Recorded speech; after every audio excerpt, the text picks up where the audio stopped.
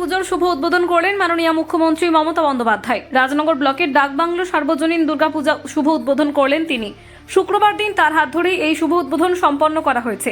তাই শুক্রবার দিন সন্ধ্যায় হওয়া এই শুভ উদ্বোধন উপলক্ষে ডাকবাংলো সার্বজনীন পূজা মণ্ডপে উপস্থিত ছিলেন সিউড়ির বিধায়ক বিকাশ রায়চৌধুরী, রাজনগর পঞ্চায়েত সমিতির পূর্ত কর্মাধ্যক্ষ সুকুমার সাধু এবং প্রশাসনিক কর্মকর্তারা এবং পুজো কমিটির সকল উদ্যোক্তারা সহ বিশিষ্টজনেরা।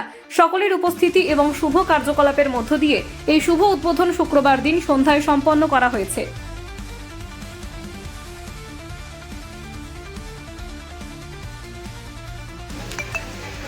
এই শারদোৎসবের প্রাক্কালে তিনি গত তিন দিন ধরে প্রতিনিয়ত আমাদের রাজ্যে প্রতিটি জেলায় বিভিন্ন সার্বজনীন পুজোকে তিনি উদ্বোধন করছেন ভার্চুয়ালের মাধ্যমে। আজকে আমাদের রাজনগর ব্লকে, যেটা হচ্ছে রাজনগর ডাকবাংলো সার্বজনীন দুর্গা যেখানে পুজো হয় তাদের উদ্যোগে, সেখানেও তিনি আজকে কিন্তু ভার্চুয়ালি উদ্বোধন করলেন। আমরা এখানে সকলেই ছিলাম, আমাদের বিডিও সাহেব আছেন, আমাদের ওসি আছেন, আমাদের পঞ্চায়েত সমিতি, আমাদের সুকুমার সাধু আছে, আমাদের অন্যান্য এখানকার বিশিষ্ট সমাজসেবী সকলেই এখানে উপস্থিত আছে।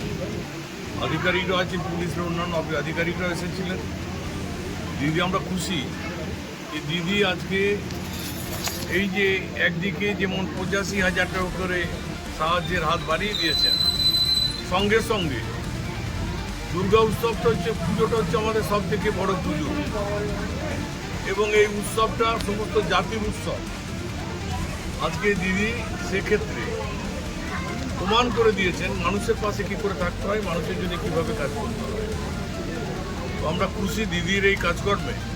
দিদি আমাদের মনের কথা বোঝেন, মানুষের মনের কথা বোঝেন এবং যেভাবে আজকে তিনি বাংলাকে এগিয়ে নিয়ে চলেছেন, আমরা শুধু মায়ের কাছে একটাই প্রার্থনা করব, মা দিদিকে আরও শক্তি দাও, বাংলার মুখ্যমন্ত্রীকে আরও শক্তি দাও, মানুষের জন্য তিনি যেন আরও ভালো কাজ করতে পারেন।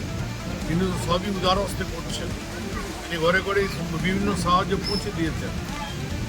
ভারতবর্ষের মধ্যে একটাই রাজ্য, যে রাজ্যের মানুষ